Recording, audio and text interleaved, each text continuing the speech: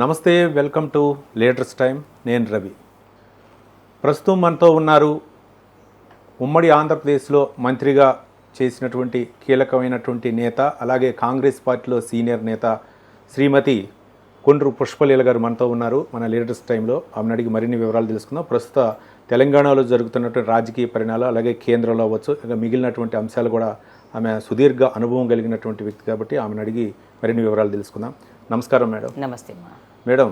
అంటే మీరు ముఖ్యమంత్రిగా రాజశేఖర రెడ్డి నుంచి చంద్రబాబు నాయుడు నుంచి చూశారు. ఇప్పుడు వరకు చాలా మంది ముఖ్యమంత్రి చూసినటువంటి అప్పటికి ఇప్పటికి రాజకీయ పరిణామాలు చూసినప్పుడు ఇప్పుడున్నటువంటి తెలంగాణలో ఉన్నటువంటి రాజకీయ పరిస్థితిని ఏ విధంగా చూస్తారు? 10 సంవత్సరాల తర్వాత తెలంగాణ వచ్చిన తర్వాత, తెలంగాణ ఆవిర్భవించిన తర్వాత కాంగ్రెస్ పార్టీ 10 సంవత్సరాల తర్వాత అధికారంలోకి వచ్చింది. ఏంటి పరిస్థితులు, రాజకీయ పరిస్థితులు, పరిణామాలు?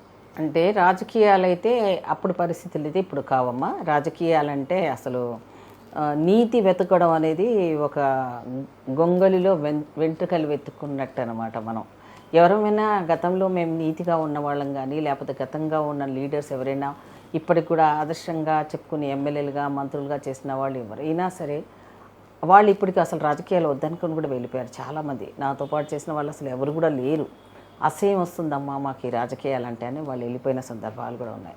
ఇప్పుడు రాజకీయాల్లో నిన్నటి వరకు ఏ పార్టీలో ఉంటారో, ఈరోజు ఏ పార్టీకి వెళ్తారో, ఎవరితో సంబంధాలు కలిసి ఉంటున్నాయో ఎవరికి అర్థం కాని పరిస్థితిలో ఉన్నారు. అంతేకాకుండా ఇక్కడ రాజకీయాలు అంటేనే కేవలం కుటిలమైన రాజకీయాలు, రాజనీతిలో ఏదైనా ఎప్పుడైనా ఏదన్నా జరగడానికి అవకాశాలు ఉన్నాయి ఇప్పుడు ఎక్కువగా. దానికి టైం టేకింగ్ కూడా ఎక్కువ లేదు. ఏ చట్టాలు, ఏ సిద్ధాంతాలు ఏ పార్టీకి లేవు. గతంలో మీ హయాంలో ఒక పార్టీ అంకిత భావంతో ఒక క్రియాశీలక కార్యకర్తగా పదవి కోసం కాకుండా పార్టీ కోసం కష్టపడేవాళ్ళు. ఇప్పుడున్నటువంటి ప్రస్తుత రాజకీయ నాయకులు ఏ విధంగా ఉన్నారంటే ఇప్పుడు పదవుల కోసమే పార్టీలోకి రావడం జరుగుతుంది. చాలా వరకు నేను యథార్థవాదిని. పార్టీలో కష్టపడ్డ వాళ్ళు ఆ రోజు నుంచి ఈ రోజు వరకు ఒక తెలంగాణ ఉద్యమంలో తీసుకున్నా, లేదా అన్ని పార్టీలో ఉన్న కార్యకర్తలు లేకపోతే పార్టీ లేదు అసలు. యాక్చువల్గా ఎలక్షన్ ముందు పార్టీలో ఉన్న ప్రతి ఒక్కరిని కూడా సీనియర్ 40 ఏళ్ళు ఉంటారు ప్రతి పార్టీలో కూడా. కనుక తీసినట్టయితే ప్రతి పార్టీలో 40-50 సంవత్సరాలు వాళ్ళు యుక్త వయసు నుంచి వచ్చినప్పటి నుంచి వాళ్ళు ఇప్పటికి కూడా ఏ పదవి రాకుండా పార్టీ అంటే అభిమానంతో జెండాలు మోసేవాళ్ళు ఇప్పటికీ ఉన్నారు. స్టిల్ అలాంటి కార్యకర్తలు ఉన్నారు. పార్టీ అధికారం రావడం కోసం అహర్నిశలు కృషి చేస్తారు. తీరా వచ్చిన ఈ పెద్ద లీడర్లు ఎవరైతే ఉంటారో, లీడర్స్ నాయకులు ఎవరైతే ఉంటారో, పార్టీ అధిష్టానాలు నాయకులు ఎవరైతే ఉంటారో, అధికారం రాగానే అధికారం కోసం వీళ్ళని పని చేయించుకొని ఆ తర్వాత ఈ పని చేసిన వాళ్ళని పక్కన పెట్టేసి ఎవరైతే వాళ్ళ చుట్టూ ప్రదర్శనలు చేస్తారో, అంటే ఇక చెప్పాలి అంటే చెంచాలు అనాలి. తెలంగాణ భాషలో అయితే చెంచాలు. ఇక పొద్దున్న లేస్తే భజన, ఇంకా ఏమీ లేకున్నా సరే వాళ్ళకున్న అర్హత ఏంటంటే పొద్దున్న లేసి ఆ లీడర్ చుట్టూ తిరగడం, వాళ్ళ వెనకాల ఇంట్లో వాళ్ళ పిల్లలకు కూడా టైం ఇస్తారు. అన్ని పార్టీలోనూ అదే విధంగా ఉన్నాయి. ముఖ్యంగా కాంగ్రెస్ పార్టీలో మీరు నిజంగా పార్టీలో కష్టపడ్డ వాళ్ళు, పార్టీలో ఒక వాల్యూస్ ఉన్నవాళ్ళు, ఫేస్ వాల్యూ ఉన్నవాళ్ళు, పార్టీ సిద్ధాంతాలు తెలిసిన వాళ్ళు, పార్టీలో ఎప్పుడు ఏ లెవెల్లో మాట్లాడాలి, అసలు ఎప్పుడు ఏ కౌంటర్ వేయాలని కూడా తెలియని వాళ్ళు, వీళ్ళందరికీ కూడా పదవులు ఎక్కడైనా చూడండి. పుష్పలీల గారు, అంటే మీరు గతంలో బీజేపీలో కూడా ఉన్నారు. బీజేపీలో కూడా కొన్ని సిద్ధాంత పరంగా ఒక క్రమశిక్షణ కలిగిన పార్టీ. ఎందుకు వచ్చానో సిద్ధాంతాలే లేవు అక్కడ. ఎప్పుడైతే వాజ్పేయి గారు ఉన్నారో అప్పుడు సిద్ధాంతాలు ఉండేవి. అద్వానీ గారు, వాజ్పేయి గారు, అంతకు ముందున్నవి బీజేపీ వేరు. ఇప్పుడు అసలు అది బీజేపీనే కాదు. అది ఒక రకమైన ఎలాంటిదంటే సిద్ధాంతాలు లేకుండా ఏమీ లేకుండా ఆర్ఎస్ఎస్ అనే సంస్థ వాళ్ళ మాతృ సంస్థను కూడా పక్కన పెట్టేసి అహంకార ధోరణితో ఉన్న సిస్టంలో పనిచేస్తున్న ఒక రాజకీయ పార్టీ. అది కేవలం ఒక రాజకీయ పార్టీ. దానికి నేను అనడం కాదు, నడ్డా లాంటి వాళ్ళే మాకు ఇప్పుడు ఆర్ఎస్ఎస్తో ఎవరితో సంబంధాలు అవసరం లేదు, మేము ఇండివిజువల్గా రాజకీయంగా మేము నిలదొక్కుకోగలము, మాకు ఆ శక్తి వచ్చేసింది అనడం జరిగింది. దీని మీద మోదీ వచ్చిన తర్వాత అమిత్ షా లాంటి వాళ్ళు ఉన్నాక అసలు వీళ్ళ అహంకార ధోరణి ఎలాగంటే, అసలు అంతకుముందు బీజేపీ అంటే ఒక కరుడు కట్టిన సిద్ధాంతాలు ఉండేవి.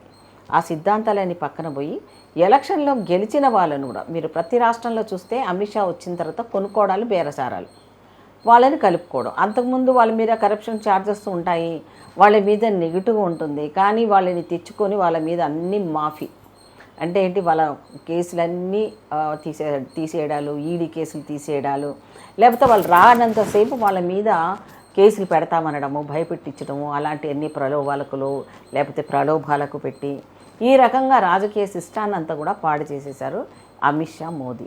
మోదీ అనే వాడు లాంటి వాళ్ళు వ్యక్తిగత పూజలు చేసుకునే వాళ్ళు ఆ బీజేపీ పార్టీలో ఉన్నారు కాబట్టే బీజేపీ పార్టీ ఇప్పటి వరకు కూడా ఒక ముఖ్యమంత్రి లెవెల్లో అధికారాన్ని రాకపోవడానికి కారణం. అందులో కాకుండా మహిళలకు కానీ, దళితులకు కానీ, ముఖ్యంగా బడుగు బలహీన వర్గాలకు కానీ అక్కడ అసలు స్థానమే లేదు. రైట్. కాంగ్రెస్ పార్టీ 10 సంవత్సరాల తర్వాత అధికారంలోకి వచ్చింది. ఇప్పుడున్నటువంటి ప్రస్తుత పరిస్థితిలో మహిళలకి సమన్యాయం జరిగిందంటే ఏం చెప్తారు? అంటే అసలు 33% రాజీవ్ గాంధీ గారు తీసుకొచ్చినప్పటి నుంచి ఇప్పటి వరకు స్థానిక సంస్థల్లో కానీ న్యాయం జరిగిందంటే అంతో ఎంతో కొంత జరిగినట్టే. సరే, ఆ రాజకీయంగా కూడా కాంగ్రెస్ పార్టీని ఒక రకమైన ప్రతి దాంట్లో కూడా వాళ్ళని ఎంకరేజ్ చేయడము, అలాగే తర్వాత రాజశేఖర రెడ్డి గారు ఉన్నప్పటి దగ్గర నుంచి కూడా ఆ రోజు నుంచి ఇందిరమ్మని ఒక రోల్ మోడల్గా తీసుకొని ఎస్సీలు, బీసీలు, మైనార్టీలు, మహిళలు అందరూ కూడా ఒక రకంగా ఇప్పటి వరకు కూడా కాంగ్రెస్ పార్టీలో పర్మనెంట్ ఓటు బ్యాంకుగా ఉండడానికి కూడా కారణం అదే అనమాట. సో ఇక్కడ జరిగిన న్యాయమా అన్యాయమా చూస్తే మిగతా వాళ్ళతో కంపేర్ చేసుకుంటే కాంగ్రెస్ పార్టీ చాలా వరకు మెరుగైన దాంట్లోనే ఉంది అని చెప్పుకోవచ్చు. ఇకపోతే కొంతవరకు మహిళలకు సగం అంటే ఇప్పుడు మేము 33% ఆ రిజర్వేషన్ బిల్లు అమిత్ షా తెచ్చిన ఆ బిల్లుకి న్యాయం చేయకపోగా మేము రాజ్యసభలో సోనియమ్మ పెట్టినా కూడా అది బిల్లు పెట్టినప్పటి నుంచి ఆ పార్టీలో ఎంతమంది మహిళలకు ఇచ్చారో మనం చూస్తే అందులో వాళ్ళకి ఎంత న్యాయం జరిగిందంటే ఎంతసేపు ఆ నిర్మలా సీతారామన్ అంటే ఒక క్యాస్ట్ పరంగానో ఒక ఉన్న వాళ్ళకి సామాజిక వర్గానికి మాత్రమే అండదండలతో వాళ్ళని రాగానే వాళ్ళకు పోస్టులు, వాళ్ళకి టికెట్లు, వాళ్ళకి ఒక ఇంట్లో 4 టికెట్లు ఇచ్చుకున్న ప్రతి పార్టీ దీనికి ఆదర్శంగా తీసుకుంటున్నారు. పుష్పలీల గారు, అంటే అసెంబ్లీ సమావేశాలు ఈ మధ్య కాలంలో అంటే సబితా ఇంద్రారెడ్డి కన్నీళ్లు పెట్టడం ఒకటి, మరోపక్క దాన్ని బీఆర్ఎస్ హైలైట్ చేయాలనేటటువంటి ప్రయత్నం ఒకటి, మరోపక్క సునీతా లక్ష్మారెడ్డి వీళ్ళందరినీ కూడా ఇబ్బంది పెట్టేటువంటి పరిస్థితి చేశారని బీఆర్ఎస్ ఆరోపణ. ఇక్కడ జరిగిన పరిణామాలు, అసెంబ్లీలో జరిగిన అసలు ఈ బీఆర్ఎస్కి మాట్లాడే నైతిక అర్హత లేదు. అందులో అసలు నన్ను అడిగితే సబితా గారికి అంతకన్నా లేదు.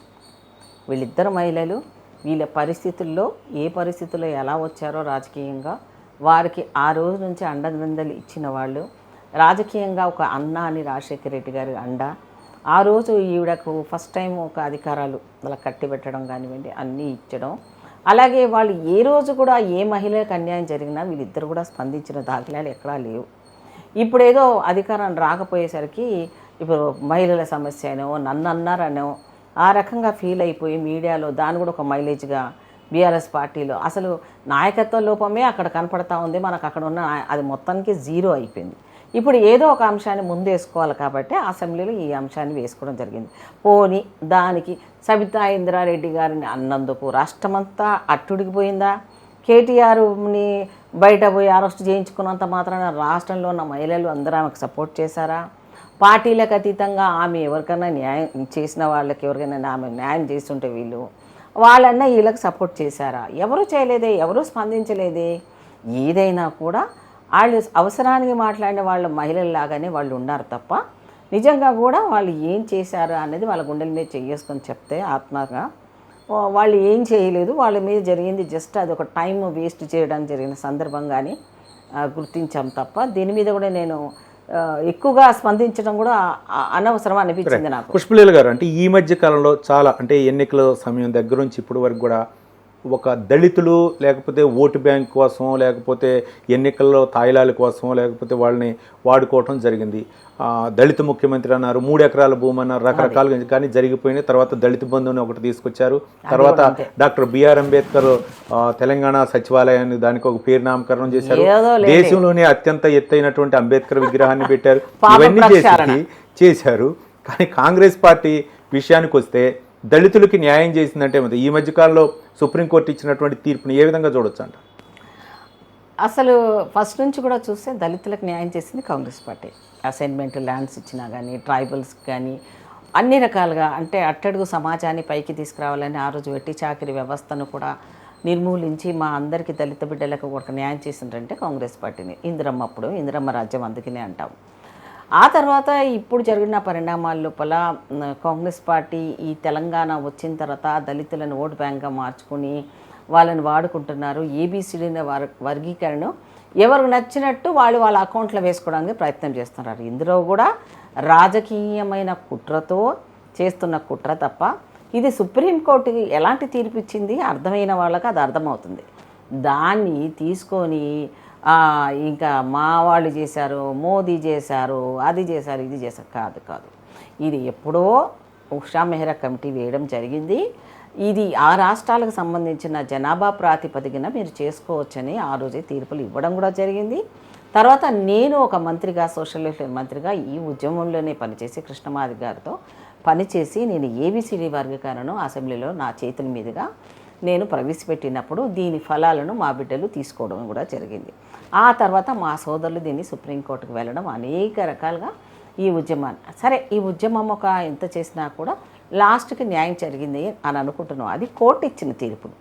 ఎందుకంటే అన్ని అసెంబ్లీలలో రెజల్యూషన్స్ పాస్ చేసి పంపించారు. అంటే చంద్రబాబు నాయుడు అసెంబ్లీలో రెజల్యూషన్ పాస్ చేశారు, తర్వాత మన రాజశేఖర రెడ్డి గారు పంపించారు, సోనియా గాంధీ గారు ఉన్నారు దీని వెనకాల. సో ఉషా మెహ్రా కమిటీ వేశారు, ఆ రోజున్న మన్మోహన్ సింగ్ గారు మనకు సపోర్ట్ చేశారు. ఇవన్నీ అయిపోయిన తర్వాత ఇప్పుడు లాస్ట్కి వచ్చిన తర్వాత దీన్ని బీజేపీకి దాన్ని క్రెడిట్ని పోయేటట్టుగా చేసుకోవడానికి వాళ్ళకు కుట్ర పండుతున్నారు. అందులో మళ్ళీ కొత్త అంశాలను దూర్చి ఇప్పుడు దీన్ని ఎంత కాలయాపన చేద్దాం అనుకున్నప్పుడు రేవంత్ రెడ్డి గారు ఒక ముఖ్యమంత్రిగా, ఎందుకంటే అప్పుడు అందరూ ఒప్పుకున్నారు, మాల సోదరులు కూడా ఒప్పుకున్నారు, అన్ని రాష్ట్రాల్లో ఉన్న ప్రజలంతా ఒప్పుకున్నారు. తెలంగాణకి ఎంత వ్యతిరేకత వచ్చిందో ఈ ఉద్యమం కూడా అంతకంటే ఇదిగా వచ్చింది. తెలంగాణ రాదు అన్నారు, తెలంగాణ అయితే ఎలాగైతే వచ్చింది ఆ తీర్పు ఎలాగొచ్చిందో ఈ తీర్పును కూడా అదే లెవెల్లో లెక్కలు పెట్టుకుని ఇవ్వడం జరిగింది. ఇప్పుడు వచ్చిన తర్వాత దీన్ని ఏ రకంగా ఆపుదామా అనే లెవెల్లో దుష్టులంతా కూడా కులానికి ఒకడు అన్నట్టుగా ఇప్పుడు ఈ ఉపకులాలతోటి కూడా వాళ్ళతోటి ఒక లెవెల్లో దీన్ని అలర్జడి చేపిద్దామని చూస్తున్నప్పుడు రేవంత్ రెడ్డి గారు ఆయన ఒక ముఖ్యమంత్రిగా ఒక స్ట్రాంగ్గా నేను ఆర్డినెన్స్ని తీసుకొచ్చి దీన్ని ఖచ్చితంగా అలాగే రాబోయే ఉద్యోగాల్లో కూడా అది సవరించి నోటిఫికేషన్లు వేస్తాను అన్నాడు. ఈ ఉద్యమం అంతా జరిగింది దేనికోసం? అసలు రిజర్వేషన్లు ప్రతి ఉద్యోగాలలో పిల్లలకు కావాలని, ప్రతి దాంట్లో కూడా రాజకీయంలో తో పాటు రిజర్వేషన్ అంబేద్కర్ ఆశయాలను తీసుకెళ్ళడానికి ఈ రిజర్వేషన్ కోసమని మేము పోరాడాం. ఇప్పుడు అది అసలు రిజర్వేషన్లు ఎత్తేసేయాలన్న కుట్రే జరుగుతున్న పార్టీ వాళ్ళని నమ్మి ఆ పార్టీనే ఇది తీసుకొచ్చిందని నమ్మడానికి అది ఎంతవరకు మరి గతంలో 10 ఏళ్ళు మోదీ గారు ఉన్నప్పుడు ఎందుకు జరగలేదు? అప్పుడు వెంకయ్యనాయుడు గారు, కిషన్ రెడ్డి గారు మరి వీళ్ళందరూ కూడా చేశారే, మరి అంతకుముందున్న చంద్రబాబు నాయుడు గారు చేశారు. వాళ్ళందరినీ పక్కన పెట్టి ఏదో మామ అని వాళ్ళకు అనిపించి క్రెడిట్ని తీసుకుంటానంటే దళితులు ఎవరు కూడా ఒప్పుకునే పరిస్థితుల్లో లేరు. పుష్పలీల గారు, అంటే మీ చేతులతోటి ఈ యొక్క వర్గీకరణ బిల్లుని అసెంబ్లీలో పాస్ చేసి దీన్ని అంటే ఆమోదింపజేయడానికి చేశారు. తర్వాత కొన్ని రోజులు అమలైనవి.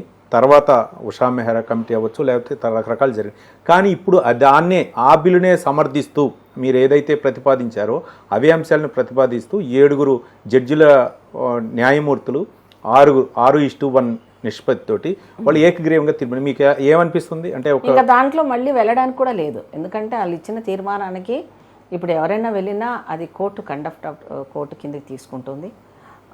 అందుకని వాళ్ళు ఆ తీర్మానాన్ని ఎన్ని రకాలుగా ప్రయోజనాల కిందకి మార్చుకుందాం అనుకున్నా కానీ దాన్ని ఏ రకంగా, అందుకని కుదరదు కాబట్టి తీర్పుకు అగెనిస్ట్గా వెళ్ళలేం కాబట్టి దానికి ఏ రకంగా డిలే చేపిద్దామన్న ఉద్దేశంతో కుట్రదారులంతా కుట్రలు చేయిస్తున్నారు. ఇప్పుడు మా మధ్యలోనే ఇప్పుడు ఈ ఉపకులాలతోటి వాళ్ళని గొడవలు పెట్టించి ప్రతి మీటింగ్ను ఆభాసపాలు చేయడానికో, ఇప్పుడు మంత్రివర్గులుగా ఉన్న దామోదర్ రాజనరసింహ గారు దీనికి ఇప్పుడు ప్రస్తుతానికి మంత్రి గారు, గతంలో కూడా ఆయన చేశారు కాబట్టి ఉప ముఖ్యమంత్రిగా కూడా చేశారు. చాలామంది చేశారు, దీనికోసం త్యాగాలు చేసిన వాళ్ళు ఉన్నారు, చనిపోయిన వాళ్ళు, యుద్ధాలు చేసిన వాళ్ళు ఉన్నారు, తర్వాత చనిపోయిన బిడ్డలు ఉన్నారు, ఎంతోమంది బిడ్డలు చనిపోయారు, అమరులైపోయారు. మా చిన్నప్పటి నుంచి మేము ఒక కళ ఇది. అలాంటి పెద్ద వాళ్ళు అందులో స్టార్ట్ చేసిన వాళ్ళు ఎవరైతే ఉన్నారో సదాలక్ష్మమ్మ లాంటి వాళ్ళు కూడా ఉన్నారు. అసలు ఇది 30 ఏళ్ళ ఉద్యమం కాదు, చాలామంది 30 అంటారు, అది కృష్ణమాదిగ స్టార్ట్ చేశారు. అంతకన్నా ముందే మా నాన్న వాళ్ళ ఆ తరం వాళ్ళందరూ కూడా దానికి ఒక దండోరా కంటే ముందే బంధు సేవా మండళ్ళని చాలా పేర్లు పెట్టుకొని గెట్ టుగెదర్ ప్రోగ్రాంలు పెట్టి ఒక జాతిని ఒక ప్లాట్ఫామ్ మీద తీసుకొని వచ్చి ఎంప్లాయీస్ అందరినీ కలిపి చైతన్య పరవాల్సిన బాధ్యతను మేమందరం కూడా ముందేసుకున్నారు. ఆ తరం వాళ్ళ నుంచి ఇప్పుడు ఉన్న వాళ్ళు కూడా. సో ఇప్పుడు దాన్ని జాగ్రత్తగా అతి తక్కువ టైంలో ముఖ్యమంత్రి గారు ఇప్పుడు అమెరికాలో ఉన్నారు, రాగానే అది వెంటనే ఉన్న పరంగా అంటే ఇప్పుడు మళ్ళీ జనాభాని కూడా కనుక తీసుకుంటే లెక్కిస్తే 11లో రేపు స్థానిక సంస్థల ఎన్నికలు రాబోతున్నాయి, అప్పటి నుంచి ఇంప్లిమెంట్ చేసే అవకాశాలు ఉండడం కోసమే ప్రయత్నం చేస్తున్నాం. ఎందుకంటే 2011లో ఆల్రెడీ స్టాటిస్టిక్స్ తీశారు, జనాభా తీశారు. అలాగే ఒకరోజు సర్వేని కేసీఆర్ తీయడం జరిగింది. సో ఆ లెక్కన చూసుకున్నా ఆ రోజున్న ప్రకారంగా 10 years బ్యాక్ చూసుకున్నా కూడా 21% మేము ఉన్నాం. ఇప్పుడు ఇంకా పెరిగాం కాబట్టి ఇప్పుడు మళ్ళా టైం తీసుకొని చేసేదానికంటే ఉన్న పాత దాన్ని ఉన్నట్టుగా చేసేసి మళ్ళీ ఏదైతే 10 years తర్వాత చేయవలసిన దాన్ని మళ్ళీ తీసుకొని అడిషనల్గా ఏవైతే ఉపకులాలు ఉంటాయో వాళ్ళందరూ కనుక చేయగలిగితే 2 రాష్ట్రాల్లో ఉన్న మా మధ్యలో ఏవైతే విభేదాలు కూడా లేకుండా శాంతిపూర్వకంగా ఇది చక్కగా 2 ముఖ్యమంత్రులు కూర్చొని దీన్ని సమాలోచనలు చేసేవాళ్ళు దీనికి అగెనిస్ట్గా ఎక్కడా లేరు అక్కడా లేనప్పుడు కూర్చొని చేసుకోవడానికి అవకాశం ఉంది.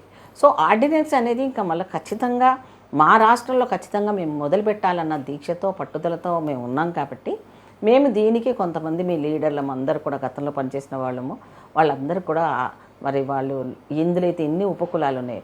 నా పాయింట్ ఏంటంటే ఇలా ఉపకులాల కంటే కూడా అన్టచబిలిటీ ఎవరికి ఉంది, వాళ్ళే దీనికి యోగ్యులండి, మిగతా వాళ్ళు కాదు. వీళ్ళు అంటే ఆ వర్గానికి వస్తారు, ఆ తెగకు వస్తారు, కానీ వాళ్ళు వెళ్ళి ఏది పైఖానాలు బాత్రూమ్లు డ్రైనేజీలు క్లీన్ చేయరు వాళ్ళు. మిగతా వాళ్ళు మేము చేస్తారు, మా పిల్లలు మా వాళ్ళు మా కమ్యూనిటీ వాళ్ళంతా కూడా ఇప్పటికి కూడా మున్సిపల్లో కానీ ఏవైతే మురికి పనులు ఏవైతే చేస్తున్నారో వాళ్ళు మాత్రమే అన్టచబిలిటీకి ఎలిజిబుల్.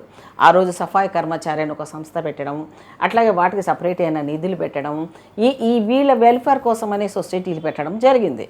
కానీ ఇప్పుడు అందరూ ఎవరిష్టం వచ్చినట్టు వాళ్ళు అందులో వచ్చేసి ఉపకులాలు అన్న లెవెల్లో కొంతవరకు కొంత కన్ఫ్యూజన్ కూడా క్రియేట్ చేస్తున్నారు. కానీ మేము చాలా ఖచ్చితంగా క్లారిటీగా ఉన్నాము.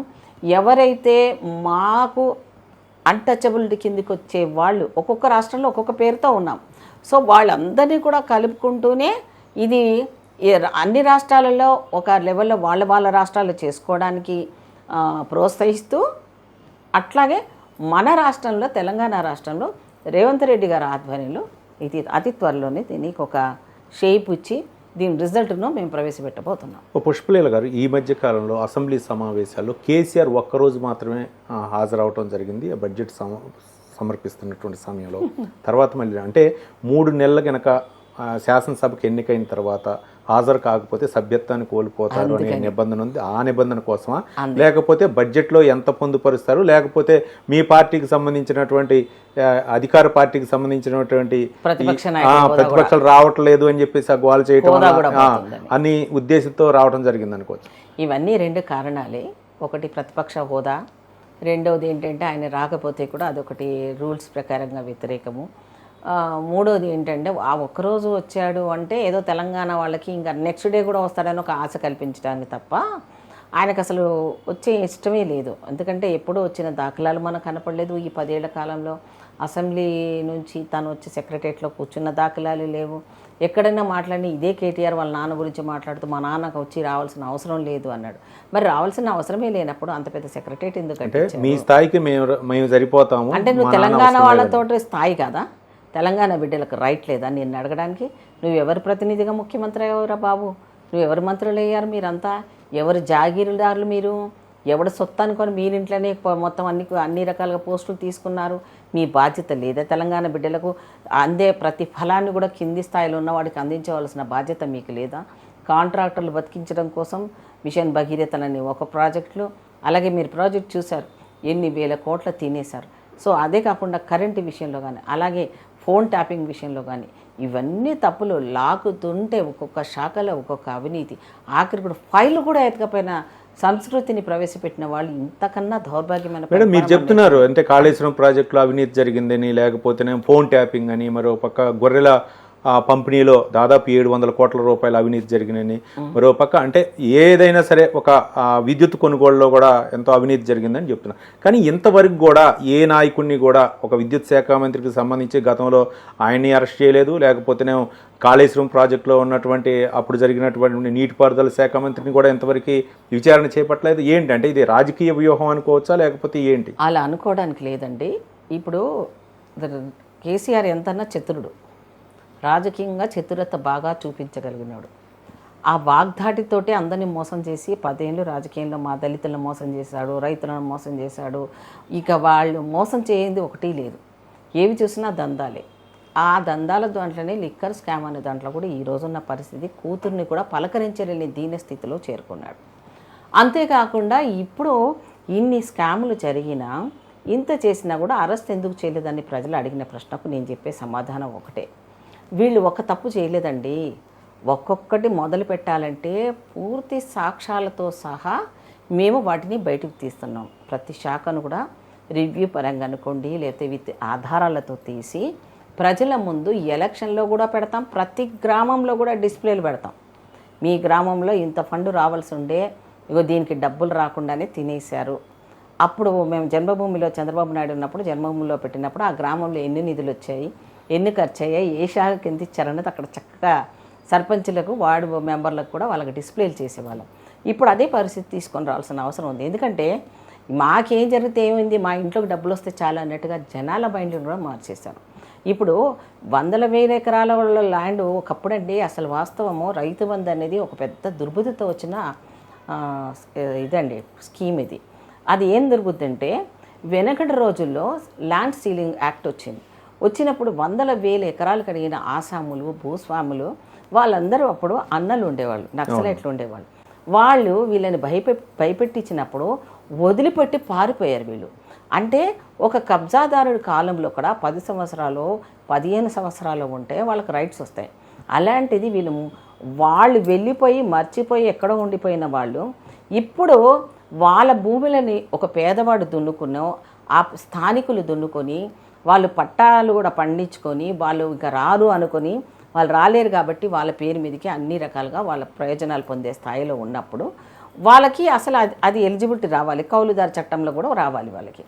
సో ఈయన ఏం చేశాడు కేసీఆర్, మళ్ళీ వాళ్ళందరినీ పొజిషన్కి తీసుకొచ్చి వాళ్ళందరికీ పిలిచి ఆ గ్రామాల్లో ఉన్న ల్యాండ్స్ అంతా కూడా ఆయన అనుకున్న కులం వాళ్ళకి, ఆయన అనుకున్న ఎవరైతే పెత్తందారులకో మళ్ళీ అన్ని 1000 ఎకరాలను ఆ పట్టాలన్నీ కూడా మళ్ళీ ధరణిలో ఎక్కించి అందరికి కూడా అది వచ్చేటట్టు చేశాడు.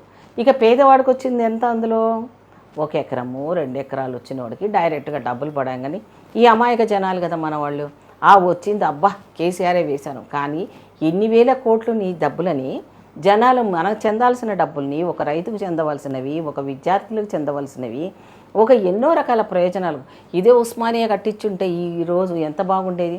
ఇలాంటి ఎంతో మంచి మంచి కార్యక్రమాలు ప్రజోపయోగ కారణాలు పక్కన పెట్టేసి ఈ రకమైన పెద్ద స్కాములు చేసినప్పుడు మరి బాధ అనిపిస్తుంది కదండి. సో వాళ్ళని అరెస్ట్ చేయడం అతి త్వరలోనే స్టార్ట్ అవుతుంది. నిన్న మొన్ననే కేసీఆర్ గారికి కూడా నోటీసులు వెళ్ళాయి, ఆ ప్రాజెక్టు విషయంలో వెళ్తున్నాయి, హరీష్ రావుకు వెళ్తాయి, కేటీఆర్కి వెళ్తాయి. లైన్ అంటే స్లోగా వెళ్తుంది. మేము వెంటనే అక్కడ న్యాయపరంగా చర్యలు అయితే తీసుకుంటాం. గవర్నర్ని ఇబ్బంది పెట్టారు, ఒక పక్క ప్రభుత్వ ఈయనని అధికారులని ఇచ్చేశారు, అనుకూలమైనటువంటి వ్యక్తుల్ని. ఇప్పుడు ఉదాహరణ చూసుకుంటే సోమేష్ కుమార్ని వాళ్ళకి అనుకూలంగా వేసుకున్నారు, ధరణికి ప్రధాన రూపకల్ప ఆయనే చేశారు అన్నారు, 1000 కోట్ల కుంభకోణం చేశారు. వాళ్ళందరి మీద కూడా కేసులు పడ్డాయి కదండి, సోమేష్ గారు కూడా పడింది. సో వీళ్ళంతా కూడా వాళ్ళకి దోచిపెట్టడానికి, వాళ్ళు తినడానికి మాత్రం. కానీ ఆ ప్రజాభవన్ ఇప్పుడు గతంలో ప్రగతి భవన్ ఏదైతే ఉందో ఇప్పుడు ప్రజాభవన్గా మార్చారు. అంటే కాంగ్రెస్ పార్టీ అది కక్షపూరితంగా అట్లా చేసి అక్కడ ఉన్నటువంటి బార్కెట్లను తొలగించి అప్పటికప్పుడే హుకుం జారీ చేసి రేవంత్ రెడ్డి చేశారు. అయితే అది అందరికీ ఉపయోగం. కానీ అప్పుడు లేనటువంటి అనుమతి ఇప్పుడు ప్రజలకి అనుమతి కల్పిస్తున్నారు. తప్పే ఉందండి. మంచిదంటారా చెడ్డదంటారా? అంటే మంచిదే, కానీ అప్పుడు ఆ అపాయింట్మెంట్ కూడా వెళ్ళటానికి కూడా ఇప్పుడు ఎమ్మెల్యేలు మంత్రులకే లేదు అవకాశం. ఇప్పుడు ప్రతి ఒక్కళ్ళు వెళ్తున్నారు చూడండి, మంత్రుల దగ్గర ప్రజాపాలన దరఖాస్తులు ఇవ్వటానికి. అంతే కదా, మీ సెక్రటరేట్ కూడా ఎవరైనా వెళ్ళి కలుస్తున్నారు. ప్రజాప్రతినిధులుగా ఉన్నాడు. ఇప్పుడు మా పక్కనే శ్రీధర్ బాబు గారు మంత్రి గారు ఉన్నారు. ఆయన దగ్గర నుంచి పాపం అక్కడి నుంచి వచ్చిన వాళ్ళు ఇక్కడికి కలుస్తున్నారు, సెక్రటరేట్లో కలుస్తున్నారు. వాళ్ళు ఎక్కడ వాళ్ళ నియోజకవర్గాలను చూసుకుంటున్నారు, డిస్ట్రిక్ట్ని చూసుకుంటున్నారు. సో వాళ్ళకి 24 గంటల్లో 16-12 గంటలు వీళ్ళు ఈ పనిలోనే సరిపోతుంది. అప్పుడేంటి, అసలు ఎంట్రన్స్లు వెళ్ళడానికి కూడా ఎవరికి కూడా అపాయింట్మెంట్ లేదు. వాళ్ళ సొంత ఎమ్మెల్యేలకు లేదు, మంత్రులకు లేదు. అంత దౌర్భాగ్యమైన పరిస్థితిలో ప్రజానీతులను కానీ ప్రతినిధులను కానీ తయారు చేసేసారు. అస్సలు ఎమ్మెల్యేలు ఎవరో తెలీదు, మంత్రులు ఎవరో తెలియదు. ఈ 4-5 సంతోష్ కానీ, కవిత కానీ, లేకపోతే ఇంకెవరు హరీష్ రావు కానీ, కేటీఆర్ కానీ, తర్వాత మన కేసీఆర్ తప్ప ఇంకెవరు తెలుసు చెప్పండి మాకు? ఎవరి దగ్గరికి వెళ్ళినా మీరు సచ్చినట్టు వాళ్ళ దగ్గరికి వెళ్ళాల్సిందే, వాళ్ళు చెప్పిన కండిషన్కి బాండ్ అవ్వాల్సిందే, సంతకాలు పెట్టాల్సిందే, వాళ్ళ పనులు వాళ్ళు చేసుకొని వెళ్ళాల్సిందే. లేదనుకోండి మొత్తానికే పోయి ఆక్యుపేషన్. ఆఖరికి మా దళితుల అసైన్మెంట్ ల్యాండ్ అండి ఇందిరమ్మ ఇచ్చినాయి, అవి కూడా అన్ని పోయేసి గవర్నమెంట్ ల్యాండ్స్ కట్టించుకోవడం, లేకపోతే లాక్కోవడం బలవంతంగా. ఎంతమంది అని ఉంచుకున్నారండి? ఎవరిని అడగండి, వేలం వేశారండి ప్రజాభూములన్నీ కూడా. అన్ని వేల కోట్ల రూపాయలు తీసుకొని ఆప్షన్ వేసావే, ఇప్పుడు అవి అమ్ముకోవడానికి కూడా పనికి రాకుండా ఎవరు కొనలేని పరిస్థితులు తీసుకొచ్చాడు అపార్ట్మెంట్లు అన్నిలాగా చేసేయడానికి. అంటే ఏది కూడా డబ్బులు నాకేం వస్తున్నాయి అనేదే చూశారు తప్ప తెలంగాణ బిడ్డలకు ఉద్యోగ నోటిఫికేషన్లు వేయనివ్వకుండా వాళ్ళు ఏజ్ బారైపోయి వాళ్ళు సూసైడ్ చేసుకునేటట్టుగా ఈరోజు మన ఆడబిడ్డలకు రక్షణ లేకుండా, అంటే ఆ రోజు ఎంత ఇదంటే అసలు మహిళా కమిషనే లేదు, మహిళా మంత్రులు లేరు, ఒక మంత్రి దగ్గరికి వెళ్దామంటే లేదు. సునీతారావు గారు ఆవిడ, అప్పుడు సునీతా లక్ష్మారెడ్డి గారు అప్పుడు ఉమెన్ కమిషన్ ఉన్నారు. ఎక్కడమ్మా ఆమె చేసింది, ఏ న్యాయం చేసింది చెప్పమనండి? ఏ మహిళ విషయంలో వెళ్ళి ఆమె న్యాయం పట్టించుకొని చేసింది? ఇదే సబితా ఇంద్రారెడ్డి గారు హోంమంత్రిగా ఉన్నారు, ఆవిడ ఏం చేసింది? ఇంకా ఎవరికి మంత్రి పదవులు ఇచ్చాడు? ఆ జాగృతి అని బతుకమ్మ అని చెప్పి బిడ్డను మాత్రం ఒకదాన్ని చూపించి మొత్తం దేశంలో ఉన్న మహిళలందరూ కూడా ఎవరికి న్యాయం చేయలేదు కదండి కేసీఆర్ గారు. ఈరోజు ఆయనకి బాధ, కోపము, కసి, ఏదో బీఆర్ఎస్ అనుకొని వెలగబెడతానని వెళ్ళాడు, అక్కడే ఏమీ వెలగబెట్టలేకపోయాడు. నేషనల్ లెవెల్ పాలిటిక్స్ వెళ్దాం అనుకున్నాడు, ఎవరు కూడా అసలు కనికరించలేదు. దేశ్కి నేత ఇక్కడ ఇల్లు ఉడిగని చేసుకున్నాడు, చక్కగా పెట్టుకున్నాడు. 130 సంవత్సరాల చరిత్ర కలిగిన కాంగ్రెస్ పార్టీ అని చెప్తారు. అంటే ఒక విధంగా చెప్పాలంటే ఏదైనా ఒక వ్యక్తి శక్తి సామర్థ్యాలను గుర్తించాలంటే కాంగ్రెస్ పార్టీ, అందులో వర్గ విభేదాలు ఉంటాయి, ముఠా తగాదాలు ఉంటాయి, రకరకాల రాజకీయ పరిణామాలు ఉంటాయి. ఒక విధంగా చెప్పాలంటే ఒక ట్రైనింగ్ సెంటర్ అనమాట కాంగ్రెస్ పార్టీ నుంచి రావాలంటే. ఎన్నో ఒడిదుడుకులను తట్టుకొని రాగలదు. అట్లాంటిది ఇప్పుడు ఆ స్థాయిలో సముద్రం లాంటిది ఆ పార్టీ ఇప్పుడు అధికారంలోకి వచ్చింది. ఇప్పుడు నిజంగా వర్గ విభేదాలనే ఉన్నాయా, సమసిపోయినాయా, లేకపోతే ఒక కుటుంబంలో ఉన్న సమస్యలు సమసిపోతాయండి? సరిపోతాయా? మనకు ఆ తల్లికి పుట్టిన పిల్లలమే మనము. ఒకరి ఆలోచన ధోరణి ఇంకో రకంగా ఉంటుంది. ఒక పత్రిక ఉంటుంది, దాన్ని చూసే కోణంతో అది న్యూస్ రాస్తుంది, కానీ ఆడ ఫ్యాక్ట్ వేరే ఉంటుంది. అంటే పార్టీ మీద అభిమానంతో ఛానల్స్ పనిచేస్తున్నాయి, వ్యక్తి మీద అభిమానంతో న్యూస్లు రాస్తున్నారు. ఈ రకంగా వచ్చినప్పుడు ప్రజాస్వామ్యాన్ని అర్థాన్ని తీసేసి ప్రజాస్వామ్యం అసలు లేకుండా నియంత పాలనలు నడుస్తున్నాయి. ఢిల్లీలో కానీ మోదీ కానీ ఇక్కడున్న కేసీఆర్ గారు కూడా గతంలో అట్లాగే చేశారు. అందుకే జనాలకు విసుగొచ్చేసింది. వాళ్ళకి అర్థమైపోయింది ఇక్కడ ఎంత అన్యాయం జరిగిందని. కళ్ళు తెరిచి చూసేసరికి మొత్తానికి డబ్బాలన్నీ ఖాళీ అయిపోయినాయి. సో ఇప్పుడు మీరు అంటే సీటు మీద గద్దె మీద రేవంత్ రెడ్డి గారు కూర్చున్నారో లేదా 4 రోజులు కూడా రాలేదు. 4వ రోజు నుంచే హరీష్ రావు గారు కావమని అరవడం మొదలుపెట్టాడు. ఇప్పుడట ఆయన గతంలో పిల్లులు రాలేదు అంటే అప్పుడు సర్పంచ్లో పాపం ఆత్మహత్యలు చేసుకున్నారు బాబు. నువ్వు మింగకుండా ఇప్పుడు నేను ఎన్నుకునేసి నేను లోపలేస్తే నువ్వు తినేయని కక్కిస్తే ఈ రాష్ట్రంలో ఉన్న బడ్జెట్ మొత్తానికి సరిపోయిన డబ్బులు మీ ఫ్యామిలీ దగ్గరనే ఉంటాయి. అవన్నీ కూడా తీసుకోవాలంటే ప్రజలు కూడా చైతన్యవంతులు కావాలి. వీళ్ళు మా పార్టీలో గెలిచిన వాళ్ళని తీసుకొని అధికారంలో గెలవడము, మా బ్యానర్ మీద గెలవడం, కాంగ్రెస్ మీద గెలిచిన వాళ్ళని 12-13 మందిని తీసుకొని వెళ్ళినప్పుడు వాళ్ళకి చేసిండ్రు. అప్పుడు కనపడలేదు తప్పు. ఇప్పుడు మాత్రం వెళ్ళి దాన్ని కోర్టులో వేసట న్యాయం కోసం పనిచేస్తారంట. అంటే అప్పుడు ఒక న్యాయం, ఇప్పుడు ఒక న్యాయమా? కానీ ఏంటి అంటే అప్పుడు చేశారు తప్పు, కాంగ్రెస్ పార్టీ కూడా దానిపైన రాస్తారోకలు ధర్నాలు చేసింది, న్యాయ పోరాటం చేస్తాం, ఇది తప్పు అని చెప్పారు. కానీ ఇప్పుడు సేమ్ అదే కాంగ్రెస్ పిలవట్లేదు. అంటే మేము ఇప్పుడు ఏంటండి మేముగా వెళ్ళి పిలిచింది చాలా అరుదు. వాళ్ళే నిన్నటి వరకు బీజేపీలో ఉన్నారు, మళ్ళీ కాంగ్రెస్ బ్యాక్ వచ్చేస్తున్నారు. ఎవ్వరు కూడా వేరే పార్టీలో అంత తొందరగా ఇమడలేని పరిస్థితులు. వాళ్ళకి ఏం న్యాయం అసలు. ఇంకా జోక్ ఏంటంటే అధికారం అనగానే ఎక్కడ లేని వాళ్ళ బావిలో వచ్చేసి నీళ్లు రాగానే ఊరంగానే ఒక నేను చెప్పనండి, అది చిన్న జోకు. అయితే నిన్న మొన్నటిదాకా శత్రువులుగా ఉన్న ఇప్పుడు నేను ఎమ్మెల్యేగా గెలిచాను. నాకు అపోజిట్ చేసిన వాళ్ళు ఎవరైతే ఉంటారో, నన్ను గెలవడానికి ఇబ్బందులు పెట్టించిన వాళ్ళు ఉంటారో వాళ్ళు ఇందులోకి వచ్చేస్తున్నారు అధికార పార్టీలకు. అక్కడ లోకల్గా స్థానిక బలం ఉన్నోళ్ళు, ప్రజాదరణ ఉన్నవాళ్ళు వాళ్ళు వచ్చి ఇదే పార్టీలోకి చేరుతున్నారు. అప్పుడు నిన్న మొన్న ఓడిపోయినోడు, బార్డర్లో ఉన్నాడు, వాడికి ఇవ్వమంటారా టికెట్ జనాలకి? ఇప్పుడు పార్టీలో వచ్చిన వాళ్ళకి ఎటువంటి హామీ లేకుండా వస్తున్నారా? కేసులు అవ్వచ్చు, లేకపోతే ఏవైనా సరే అలా పెట్టి వచ్చే వాళ్ళను అస్సలు పార్టీ అధిష్టానం ఒప్పుకోవటం లేదు. కండిషన్గా వస్తానంటే వద్దు అంటున్నారు. కానీ ఏంటి, ఎవరు కండిషన్ పెట్టేది? పిసిసి అధ్యక్షుడు, ముఖ్యమంత్రి అన్ని తానే వ్యవహరిస్తున్నారు. ఒక ముఖ్యమంత్రి భరోసాతోనే పార్టీలోకి వస్తున్నారు. మాట వినండి. పిసిసి అధ్యక్షుడుగా కాంగ్రెస్ పార్టీలో ఆయన కూడా మా అధిష్టాన మాట వింటాడు. ఆయన అధ్యక్షుడిగా ఉండి ముఖ్యమంత్రిగా ఉన్నాడు కాబట్టి ఇంకా ఎక్కువ స్ట్రెయిన్ ఆయనకి. సో ఆయన డెఫినెట్గా వాళ్ళ ఆదేశాలను పాటించాల్సిందే. వాళ్ళు చెప్పింది ప్రతిదీ వాళ్ళ అనుమతి తీసుకొనే చేయాలి. ఇప్పుడు ఏం చేసినా ప్రతిసారి ఢిల్లీకి వెళ్ళాలంటే మాకు అక్కడే ఉంటుంది. మీదేం ప్రాంతీయ పార్టీ కాదు కదా మాది. సో అక్కడికి వెళ్ళి అక్కడి నుంచే అధిష్టానం ఒప్పుకుంటేనే తీసుకోవాలి. ఒకవేళ వచ్చారే అనుకోండి, వాళ్ళు కండిషన్లు ఏం లేవు, రండి పార్టీకి పనిచేయండి, ఆ తర్వాత పోస్టులు అడగండి అంతే. రాగానే పోస్టులు కనుక ఇస్తే పార్టీలో న్యాచురల్గా పాత వాళ్ళు గొడవలు పడతారు. అది అడగడంలో కూడా న్యాయం ఉంటుంది. పుష్పలీల గారు, అంటే 90కి ముందు ఉన్నటువంటి కాంగ్రెస్ చూస్తే 2-3 ముఖ్యమంత్రులు మారేవాళ్ళు. తర్వాత రాజశేఖర రెడ్డి ఎంటర్ అయిన తర్వాత ముఖ్యమంత్రిగా అంటే స్వభావాన్ని తీసుకొచ్చారు, స్థిరత్వాన్ని. కాంగ్రెస్ పార్టీ అంటే రాజశేఖర రెడ్డి అంటేనే కాంగ్రెస్ పార్టీగా అంటే ఆయన ఒక రోల్ మోడల్గా నిలిచారు. ఇప్పుడు రేవంత్ రెడ్డి కూడా అదే పరిస్థితి తీసుకొస్తున్నారా? కాంగ్రెస్ పార్టీని ఉన్నత శిఖరాలకి ఉంచాలని ఉద్దేశంతో ఇచ్చిన తల్లిగా సోనియమ్మ ఎంత త్యాగం చేసి, ఎవరైనా సరే భజన చేసేది అమ్మ భజన. సోనియా గాంధీ, రాహుల్ గాంధీ చేస్తున్నారు, మల్లికార్జున ఖర్గే చేస్తున్నారు. అటు చేస్తూనే ఇటు వర్గాన్ని ఏర్పాటు చేసుకుంటున్నారు అనేటువంటి ఆరోపణ. రాజకీయాలలో ఇంతకుముందు ఫస్ట్లోనే చెప్పాను, నీతి వెతుక్కోకూడదు. ఇప్పుడుగా నీ లీడర్షిప్ను జనాలు ఆమోదించారు కాబట్టి ఆయనను గద్దె మీద కూర్చోబెట్టారు ముఖ్యమంత్రిగా. అవునా కాదా? పిసిసి అధ్యక్షుడిగా అధిష్టానం ఒప్పుకుంది. నేను నువ్వు చేసింది కాదు, అధిష్టానంలో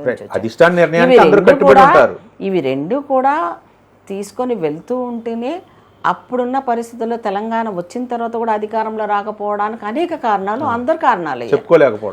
చెప్పుకోలేకపోవడం వల్ల జరిగిన మైనస్ని మళ్ళీ ఒక ఆశని కలిగించడానికి రేవంత్ రెడ్డి గారు ఏదో ఒక రూపంలో వచ్చారు. కొంచెం కొత్తగా కోడలకు వస్తే ఎన్ని ఇబ్బందులు ఉంటాయో అన్నీ జరిగాయి.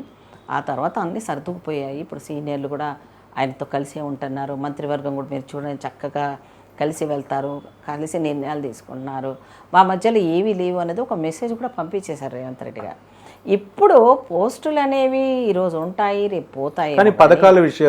పథకాల అమలులో జరుగుతున్న దాన్ని రైతు బంధు అంటే మొన్న పడినేగా మేము ఇచ్చాము, రుణమాఫీ చేశాంగా. రైతు బంధు విషయంలో కానీ, మహిళలకు కానివ్వండి, వాళ్ళకి చేయాల్సిన 2,500 రూపాయలు కానివ్వండి, పెన్షన్ల విషయంలో నిన్న మొన్న సీతక్క గారు కూడా ప్రకటించడం జరిగింది కదా. అంటే పథకాలు అనేది ఖాళీ డబ్బాలో ఉన్నప్పుడు కూడా ఒక చాకచక్యంగా ఫైనాన్స్ని కూడా బ్యాలెన్స్ చేసుకుంటూ బట్టి గారి నాయకత్వం లోపల, మంత్రుల సారథ్యం లోపల వాళ్ళందరినీ జవాబుదారిగా జాయింట్గా ఆలోచించుకొని చేస్తున్నారు తప్ప ఇష్టం వచ్చినట్టు ఎవరూ చేయట్లేదు. ఎందుకంటే ఏది చేయాలన్నా శాలరీస్ ఫస్ట్కి పడ్డాయి, ప్రతి వాళ్ళకి పెన్షన్లు వస్తున్నాయి. సో అప్పుడు ఆ జాప్యం వస్తుంది అనుకున్న పరిస్థితి నుంచి గట్టెక్కిచ్చారు.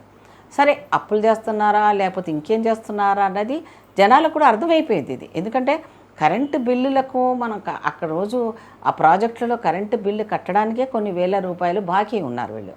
అలాగే ప్రతీది కూడా ప్రభాకర్ గారు చేసిన అన్ని కరప్షన్స్ అన్నీ కూడా ఉన్నాయి కాబట్టి ఆయన వెంటనే రిలీవ్ చేయలేదు. అందుకే అంటే అంత ఖచ్చితంగా ఎవరు చేయరు. ఏముందిలే తర్వాత వచ్చిన వాళ్ళు చూసుకుంటారే అంటారు. ఇప్పుడు అక్కడెక్కడో అమెరికాలో ఉన్న ఆయనను కూడా ఫోన్ ట్యాపింగ్ కేసులో టార్చర్లు జరుగుతున్నాయి.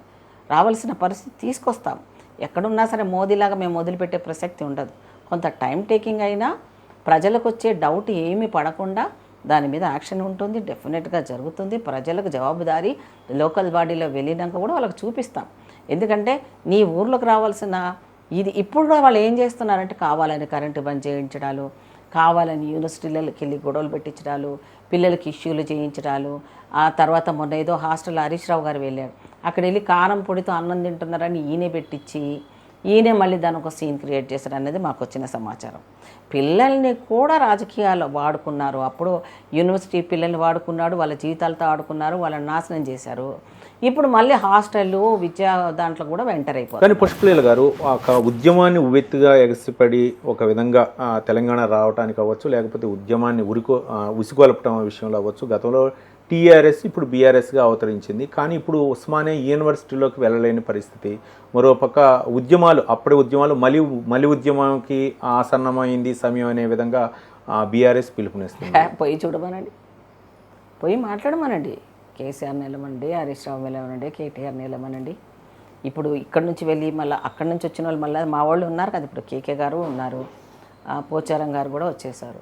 అసలు వాస్తవాలని ఏ రకంగా వాళ్ళు అక్కడ ఉండి భరించారు, చూసి కూడా ఏం చేయలేని నిస్సహాయ పరిస్థితిలో ఉన్నారు తప్ప ఎవరు ఆయనకి వెళ్ళి కలిసి చెప్పుకునే విన్నపం చేసుకోవడానికి కూడా వాళ్ళకి అవకాశాలు ఇవ్వాలి, అంత సీనియర్స్ని కూడా. సో అవమానాలు పరచడం, అసలు అలాంటివన్నీ కూడా తెలంగాణ వాళ్ళు తొందరగా జీర్ణించుకోలేరండి. ఎంత పడాలో అంత పడతారు, ఒక సమ్ స్టేజ్ తర్వాత వాళ్ళు భరించకుండా బయటకు వచ్చేస్తారు. అది పుష్పలీల గారు, మీరు ఉమ్మడి ఆంధ్రప్రదేశ్లో మంత్రిగా పనిచేశారు. పోచారం శ్రీనివాసరెడ్డి గారు అదే క్యాబినెట్లో మంత్రిగా చేశారు. కడియం శ్రీహరి కూడా అదే క్యాబినెట్లో ఉన్నారు. కానీ ఇప్పుడంతా రేవంత్ రెడ్డి వచ్చిన తర్వాత గత టీడీపీలో ఉన్న వర్గం మొత్తం వస్తుంది. అంటే రేవంత్ రెడ్డి వర్గాన్ని కూడగడుతున్నారు అనుకోవచ్చా? వర్గం ఏముండదండి, కాంగ్రెస్ వర్గమే ఎటు పోయినా. ఒకవేళ ఎవరైనా అలా పొరపాటుగా అనుకున్నా కూడా అంటే మధ్య ఒకటి అంటే శేర్లింగంపల్లి ఎమ్మెల్యే అరిగిపూడి గాంధీ అవ్వచ్చు, వీళ్ళందరూ ఏం జరుగుతాయంటే, అలా అంటే కేసీఆర్ అంత తిట్టిన బీఆర్ఎస్ తోటి కూడా ఇంటర్నల్గా అప్పుడు ఎలక్షన్స్లో లేరా, ఇంటర్నల్గా వాళ్ళు పాలిటిక్స్ లోకల్ బాడీస్లో ఎవరెవరితో ఉంటారో కూడా తెలియదు మనకి. రాజకీయాలు, ఓటు బ్యాంక్ రాజకీయాలు వచ్చినప్పుడు ఒక రకంగా ప్రవర్తిస్తారు, ఈ మామూలుగా జనాలు ఇష్యూ వచ్చినప్పుడు ఇంకో రకంగా ప్రవర్తిస్తారు. రాజకీయ నాయకులను అసలు సిసలుగా గుర్తించవలసింది ప్రజలే అండి. నేనైతే ఇది ప్రజలే తప్పే అంట. ప్రజలు కొంచెం వాళ్ళ డిసిషన్ తీసుకొని ఏది తప్పు జరుగుతుందో అనేది ఒక చైతన్యం వచ్చింది కాబట్టి అప్పట్లాగా అంత బ్లైండ్గా కూడా ఇప్పుడు లేరు, కూడా చైతన్యవంతం అయ్యారు ప్రజలు, చాలా వచ్చారు. అప్పుడు తప్పని నేను ఎందుకు అంటున్నానంటే ఇంకా చైతన్యం కావాలి, ఇంకా చైతన్యం కావాలి. అసలు నువ్వు ఏమొచ్చావురా, నువ్వు ఇంతకుముందు ఎమ్మెల్యేగా ఉన్నావు, ఇక్కడ నుంచి పోయావు, మా పార్టీలో గెలిచి అక్కడ పోయావు, అక్కడ పోయిన తర్వాత నువ్వు ఏం చేసావురా, మళ్ళీ ఊర్లోకి ఏం మొహం పెట్టుకొని వచ్చావురా అని తరిమి కొట్టే రోజులు రావాలి. అది రానంత వరకు పార్టీ నాయకులు అలాగే ఉంటారు. ఇవి ప్రతి వాళ్ళు ఏముందండి, అటురా ఇటురా జంపు జలానిలే ఎక్కువ ఉంటారు. ఇంకా పిచ్చోళ్ళలాగా ఎవరు ఉంటారంటే నీతి నిజాయితీలను పట్టుకొని పార్టీ జెండాలు మూసిన వాళ్ళు ఉన్నా ఒకటే, వాళ్ళు పోయినా ఒకటే. ఎందుకంటే పుష్పలీల గారు కులము, మతము, ఇవన్నీ కూడా పనిచేస్తున్నాయి. రాష్ట్రంలో, తెలంగాణ రాష్ట్రంలో కాంగ్రెస్ ఏ విధంగా బలోపేతమైందో అదే స్థాయిలో బీజేపీ కూడా బలోపేతం అవుతుంది. కేంద్రంలో ఒక పక్క అనుకున్న ఊహించిన స్థానాలు రాకపోయినా కాంగ్రెస్ పార్టీకి ఎంతో కొంత మెరుగైనటువంటి స్థానాలు అయితే సాధించగలిగింది. ఏంటంటే దేశ ఆర్థిక వ్యవస్థని ఇదివరకు 11వ స్థానంలో ఉన్నటువంటి ఆర్థిక వ్యవస్థని 5వ స్థానంలో నిలబెట్టారని బీజేపీ చెప్పుకుంటుంది. మరోపక్క ఎలాంటి కుంభకోణాలు లేవని చెప్పేసి మేము ప్రత్యామ్నాయం, అంటే ఇప్పుడు ఒక పక్క రాష్ట్రంలో ప్రతిపక్ష పార్టీ ఏదంటే బీజేపీ అనే స్థాయికి ఎదుగుతుందంటే దీన్ని ఎలా చూడొచ్చు అంట? అంత సీన్ లేదా బీజేపీ. ఎప్పుడు నేను ఇప్పుడు రాసిస్తా మీ ఛానల్లోనే ఆ క్లిప్పింగ్ని అట్లా పెట్టుకోండి. బీజేపీ ఎప్పుడు ఇక్కడ అధికారంలో రాదు కాక రాదు. ఎందుకు రాదు అంటే బీజేపీ ఇక్కడున్న దేశ పరిస్థితుల్లో ఇదొక సెక్యులర్ దేశంగా అవునన్నా కాదన్నా దీన్ని ఆ రకంగా ఉండే ఎంపీలుగా ఎమ్మెల్యేలుగా ప్రమాణ స్వీకారాలు చేసి అంటే పార్లమెంట్లో కానీ ఇక్కడ అసెంబ్లీలో కానీ అయిన వాళ్ళందరూ కూడా ఇప్పుడు హిందూ అనే ఒక మాటని పెట్టుకొని వెళ్తున్నారు. అంటే వీళ్ళకి మైనార్టీలు ఓట్లు వేయలేదండి, వీళ్ళకి ఎస్సీలు ఓట్లు వేయలేదండి, వీళ్ళకి బడుగు బలిగిన వాళ్ళ ఓట్లు పడలేదండి.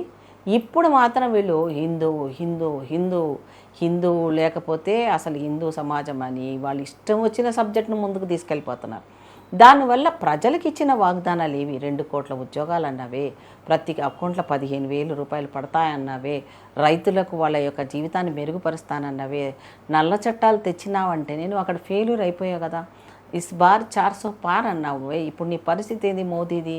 ఒకప్పుడు అపాయింట్మెంట్ కూడా ఇవ్వలేదు చంద్రబాబు నాయుడు గారికి పరిస్థితి. ఇప్పుడు చంద్రబాబు నాయుడు గారు నితీష్ గారు లేకపోతే ప్రధానమంత్రి పోస్టు ఎప్పుడు స్టింగ్ అవుతుందో ప్రధానమంత్రి ఎప్పుడు గద్దె దిగిపోతాడు అనేది అక్కడ స్టార్ట్ అయిపోయింది ఆల్రెడీ. కానీ మీ మంత్రులు అవ్వచ్చు, సీఎం రేవంత్ రెడ్డి అవ్వచ్చు, పలుమార్లు కలిశారు, కేంద్ర మంత్రులకు విజ్ఞాపన పత్రాలు ఇచ్చారు, కానీ మేమే ఆయన కోసం ఒక్క పైసా కూడా తెలంగాణకి ఇవ్వలేదు అనేటటువంటి ఆరోపణలు ఉన్నాయి. ఇవ్వము అని ముఖం మీద చెప్పారు. అయినా మేము ఊరుకుంటామా? ఇప్పించేదాకా ఊరుకోడు కదా మా రేవంత్ రెడ్డి గారు. ఎట్లా ఇవ్వవు? నీదా నీ ఇంట్లో నుంచి ఇస్తున్నాడా మోడీ సపరేట్గా ఫండ్ని క్రియేట్ చేసుకొని తిన్నవి. కానీ ఈరోజు ఎలక్ట్రాల్ బాండ్స్ విషయంలో కానీ బ్యాంకులను కూడా, నేషనల్ బ్యాంకులను కూడా కబ్జా చేసుకొని వాళ్ళు దొంగతనాన్ని బయటపెట్టకుండా జనాలను మోసం చేసి ఈవీఎంల ద్వారా గెలుస్తున్న ఈ దొంగలది సుప్రీంకోర్టు వరకు కూడా వెళ్ళి ఫైట్ చేయడాలు కూడా జరుగుతున్నాయి. అది కూడా ప్రూఫ్తో సహా ప్రూవ్ చేస్తున్నాము. అంటే ఒక జనాభా ఎంత ఉన్నది, దానికంటే కూడా ఎక్కువ ఓట్లు వచ్చాయి ఒక్కొక్క దగ్గర. మేము అవన్నీ కూడా చూపించాం. అంతేకాకుండా హైదరాబాద్ను కూడా ఇక్కడ అల్లకొల్లను సృష్టిద్దామని ఆ ఒక క్యాండిడేట్ని పెట్టడం జరిగింది. ఎంత అండి, అసలు మామూలుగా కాదు కదా. ఇప్పుడు ఓవైసీని గెలిపించారంటే తెలుగు వాళ్ళు వేయట్లేదు ఆ ఓట్లు, వేస్తేనే కదా ఓవైసీ ఎంపీ అవుతున్నాడా? మరి ఆయనకి అది లేనప్పుడు నువ్వు అక్కడ అంటున్నావు. నేను చాలాసార్లు ఆ బీజేపీలో ఉన్నప్పుడు కానీ బయటకు వచ్చినా కానీ నేను వాళ్ళని అడుగుతూ ఉన్నాను. ఇప్పుడు ఆర్ఎస్ఎస్లో ఉన్న తొగాడియా లాంటి వాళ్ళు కూడా, అలాగే ఇప్పుడున్న నితిన్ గడ్కరీ లాంటి వాళ్ళని కూడా ఒక వర్గాన్ని మొత్తం తొక్కేశారు వీళ్ళు. అద్వానీ లాంటి వాళ్ళని తొక్కేశారు. ఎవరు? అమిత్ షా, మోదీ. ఇప్పుడు రేపొద్దున అక్కడ అసలు సిసలైన ఆర్ఎస్ఎస్ బ్యాక్గ్రౌండ్తో ఉన్న పార్టీ వాళ్ళంతా కూడా ఒక పక్కనయ్యారు. మోదీ, అమిత్ షా అనేవాడు ఒక పక్కనయ్యారు.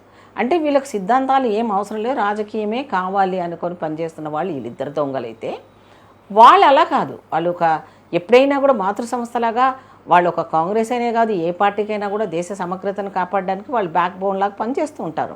దాంట్లో మనం దాన్ని ఈ స్టాంపింగ్ వేయడానికి కూడా లేదు.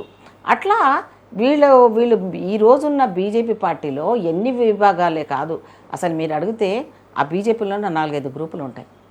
కిషన్ రెడ్డి వర్గం, దత్తాత్రేయ వర్గం, లక్ష్మణ్ వర్గం, మళ్ళీ ఆడవాళ్ళ దాంట్లో మళ్ళీ గ్రూపులు, రాజాసింగ్ వర్గం, డీకే అరుణ వర్గాలు, ఇన్ని వర్గాలతోటి వీళ్ళకే సుత్తి లేని వాళ్ళు ఇంకోళ్ళ సంసారం గురించి సగబెట్టాలని మాట్లాడండి మన తెలంగాణ. పుష్పలేలు గారు, అంటే జాతీయ రాజకీయాల విషయానికి వస్తే బంగ్లాదేశ్ ఏ విధంగా ఉందో విచ్ఛిన్నమైన పరిస్థితి ఏర్పడింది. ఆ దేశ మాజీ ప్రధాని షేక్ హసీనా ఇండియాలో తలదాచుకుంది. అంటే ఒక మిత్ర దేశంగానే చూశారు. గత ఆమె 4వసారి ప్రధానిగా బాధ్యతలు చేయడానికి మోదీ వెళ్ళారు. మోదీ ప్రమాణ స్వీకారానికి ఆమె కూడా వచ్చారు. ఇక్కడ ఆశ్రయం కల్పించారు.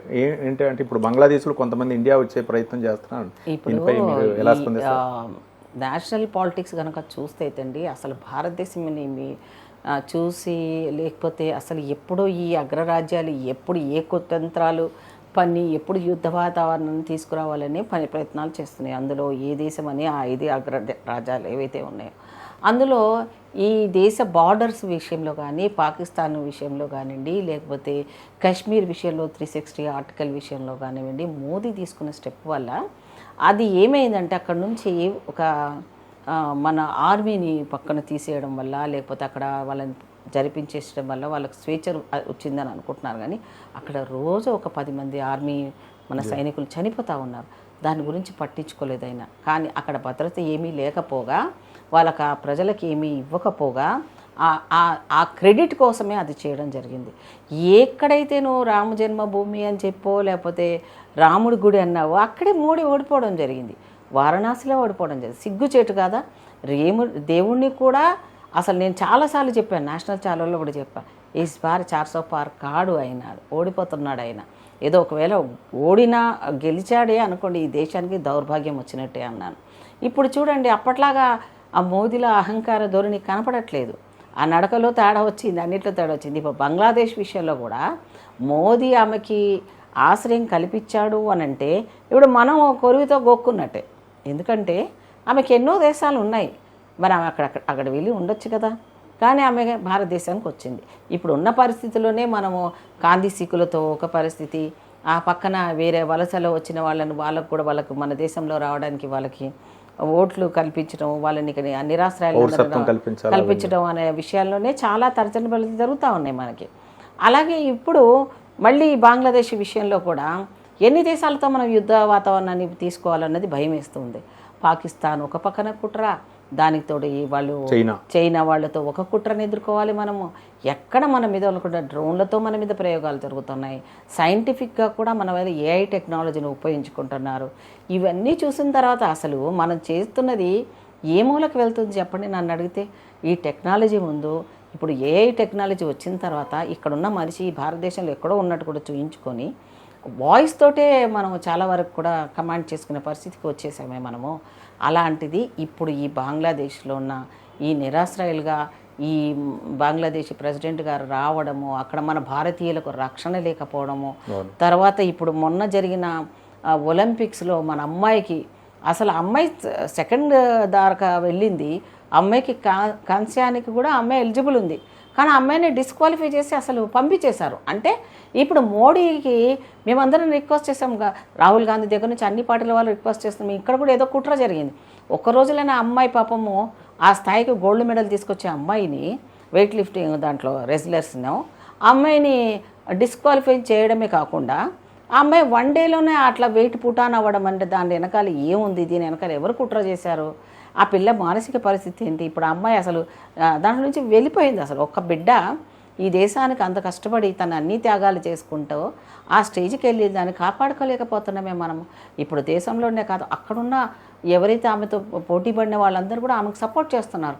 ఆమెకు ఎందుకంటే ఆమె సెకండ్ వరకు వెళ్ళింది కాబట్టి ఆమెకు కంపల్సరిగా సెకండ్ లెవెల్లో ఉన్న కాన్సెప్ట్ ఇవ్వాల్సిందే అంటున్నారు. సో మనం కూడా అదే ఫైట్ చేయాలి. వదిలేస్తే ఎలా? రేపొద్దున ఈ పరిస్థితి నుంచి మనని 3 సంవత్సరాలు 4 సంవత్సరాలు సస్పెండ్ చేసే పరిస్థితుల్ని మన భారతీయులను చేస్తే ఇది ఎంత అవమానం. ఇది ఒక రకంగా మనని ఎక్కడ ఇండియాను తొక్కేసాలన్న ప్రయత్నంలో ఉంటే ఈయనెళ్ళి దేశ రాజకీయాలను పెద్ద నేను ఇంట్లో చేయకుండా గెలిచింది ప్రధానమంత్రి ఓట్లు వేయించుకొని ఈయన పాకిస్తాన్ పోతాడు, ఇంకే దేశానికి పోతాడు, రష్యాకి పోతాడు. 365 రోజుల్లో ఎప్పుడు విమానాలు ఎక్కాలన్నా ఫ్లైట్లు ఎక్కాలన్నా లేకపోతే విదేశీ లెవెల్లో వెళ్ళాలంటే విదేశాంగ మంత్రి అప్పుడున్న సుష్మా స్వరాజ్ గారిని కూడా పాపం చాలా హింసలు పెట్టాడు. ఆమెను ఎక్కడ మాట్లాడనివ్వలేదు, ఈయనే పెత్తనం చేశాడు.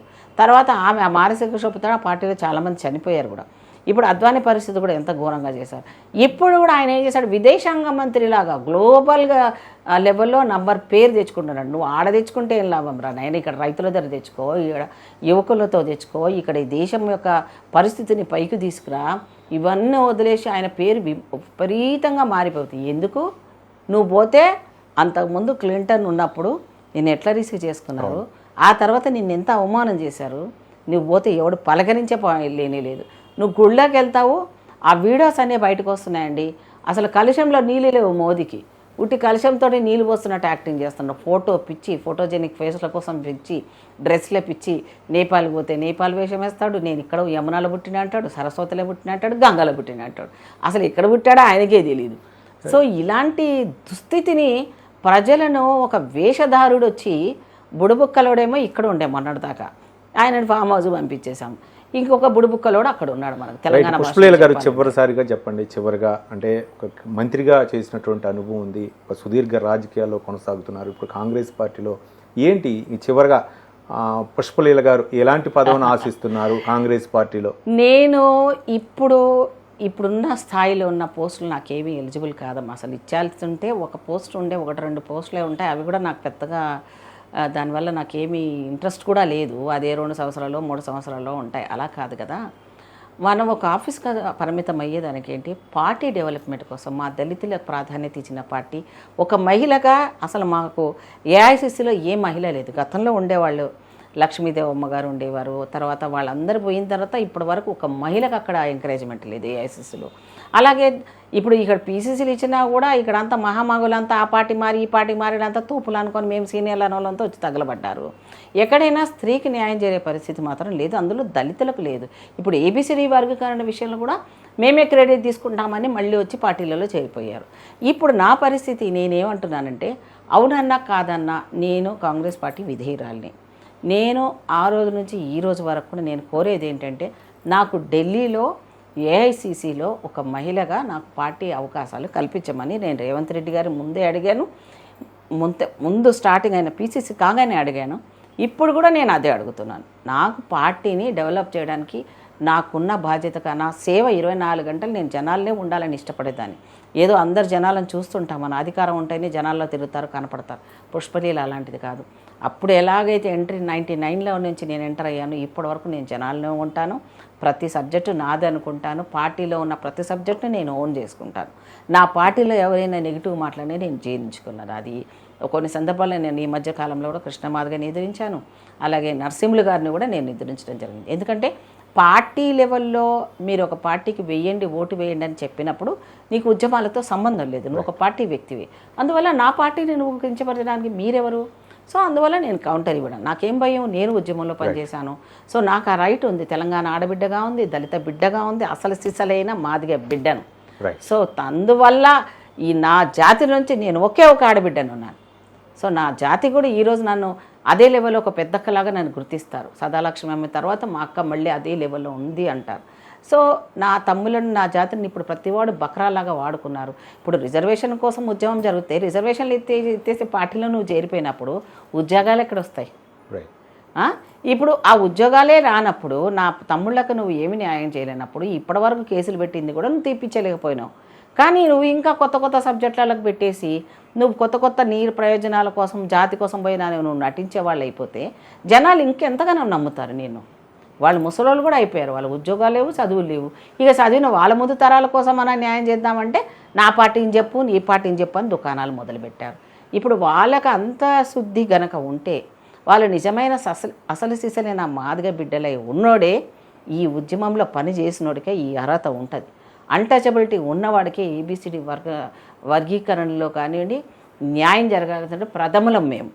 ఆ తర్వాతనే మా తర్వాతనే ఎవరైనా అది అడిగే రైట్ కానీ, దాన్ని తీసి కదిలించాలని కానీ, తేనె తట్టెను కదిలిస్తే ఏమవుతుందో మేమంత లెవెల్కు అది అప్పుడు జరిగిన ఉద్యమం కంటే ఘోరమైన పరిస్థితులు ఎదుర్కోవాల్సి వస్తుంది. ఇక్కడే కాదు, భారతదేశంలో ఉన్న దళితులంతా ఒకటయ్యాం మేము, మామూలుగా కాదు. ఇప్పుడు కృష్ణమాదిగా ఎవరెవరిని వాడుకున్నారో ఇప్పుడు వాళ్ళందరూ కూడా ఈ విషయాలు చేరిపోయినాయి అన్నీ కూడా. సో ఒక వ్యక్తి వచ్చాడు, ప్రవీణ్ గారు, ఈయన వచ్చాడు, ఇంకా ఎంతమంది మారువేషాలతో వస్తారో, ఎవరెవరు ఇంటర్నల్తో వచ్చి పార్టీ ప్రజలను మోసం చేస్తున్నారనేది అందరికీ అర్థమైపోయింది. సో ఇప్పుడు కొత్తగా ఎవరు వచ్చినా నమ్మే పరిస్థితుల్లో మా జాతి బిడ్డలు కూడా లేరండి. అన్యాయాన్ని ఎదుర్కొంటాము. మాకు రావాల్సింది కంపల్సరిగా కోర్టు ఇచ్చిన దానికి రెస్పెక్ట్ ఇస్తూనే, పార్టీ పరంగా రేవంత్ రెడ్డి గారికి బాధ్యతను పైన పెడుతూనే అది పొందే వరకు మేము నిద్రపోము. రైట్. థ్యాంక్ యూ పుష్పలీల గారు. మీరు అనుకున్నట్లు ఏఐసిసిలో ఒక క్రియాశీలకమైనటువంటి ఒక పదవి అయితే రావాలని మా టీవీ తరపున మేము కోరుకుంటున్నాం. మొత్తానికి లేటెస్ట్ టైంలో పార్టిసిపేట్ చేశారు పుష్పలీల గారు. ఆమె అనుకున్నట్లు పార్టీ ఏ పదవి ఇచ్చినా సరే, ముఖ్యంగా దళితులకు న్యాయం చేసే పార్టీ కాంగ్రెస్ పార్టీ అని చెప్తున్నారు. అంతేకాకుండా ఏఐసిసిలో క్రియాశీలకమైనటువంటి ఏదైనా పదవి ఇస్తే తప్పకుండా నేను ఆ పదవికి న్యాయం చేకూరుస్తాను, ముఖ్యంగా దళితుల అభ్యున్నతి కోసం పాటుపడతానని చెప్పేసి మాజీ మంత్రి పుష్పలీల గారు చెప్తున్నారు. ఇది ఇవాళ లేటెస్ట్ టైం. మరో లేటెస్ట్ టైంలో మళ్ళీ కలుసుకుందాం. నమస్తే. Thank you.